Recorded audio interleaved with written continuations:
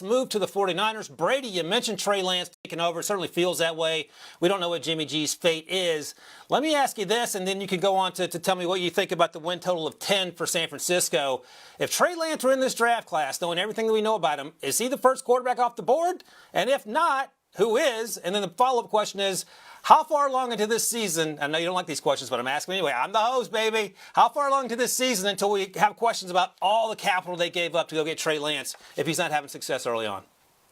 I mean, they're all such tough questions to answer because I think the one thing about Trey Lance is the more he plays in a game, the more comfortable he feels. So I think there's a learning curve still there, and the best is going to be yet to come. So it really depends on what happens with Jimmy Garoppolo. If he's sitting there and they can't find a reasonable trade value for Garoppolo, or they don't want to cut him, and they're like, hey, we'd rather go ahead and keep him. We're going to run Trey Lance a little bit more. There could be some injury concern there. Well, maybe you're better off keeping Jimmy Garoppolo and paying that price tag in the event that Trey Lance either flops or he gets injured. So why not? And if Garoppolo's in there, I actually have more optimism for this team because I know what I'm going to get. And I know if this team's healthy, they're very capable of making a run, winning the division, and maybe getting to another Super Bowl. But as it currently stands with Trey Lance, I didn't think he was ready last year. I don't think he'll be ready this year, even with an offseason of reps. So I think about the halfway point of the season is where you may get some people questioning what he was capable of, or maybe overspending to trade up and get him.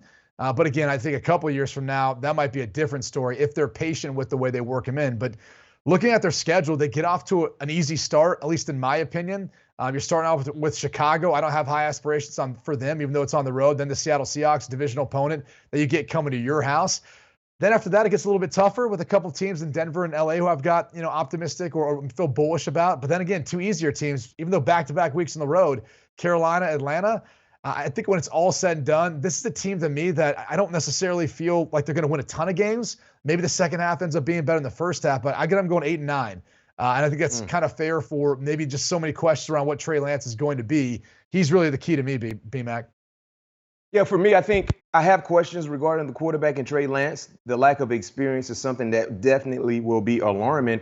But this is a well-coached team. They have pieces in place. I see 10 wins. I go push with this particular prop bet, and here's why. Brady, you talked about the start of their schedule. The first 6 ball games, they got 4 legit winnable games against Atlanta, Carolina, Seattle, Chicago. Of course, the toss-ups will be with the Rams and the Broncos. But outside of that, I mean, the first 6 ball games, they can easily jump out and go 4-2 and then get into the thick of things of their schedule the rest of the way. But looking at Trey Lance, Kyle Shanahan will have a plan in place if he is the starting quarterback to kind of take some pressure off his plate. You look at hopefully getting a happy Deebo Samuel back. We look at all the other pieces, Brandon Ayuk, Kittle. They got a nice array of weaponry surrounding the young quarterback, not to mention some of the additions they made on the defensive side. So once again, this will be a playoff caliber team. And I think Trey Lance will be able to deliver on his end of the bargain to be able to come through and at least give me a push with this prop bet.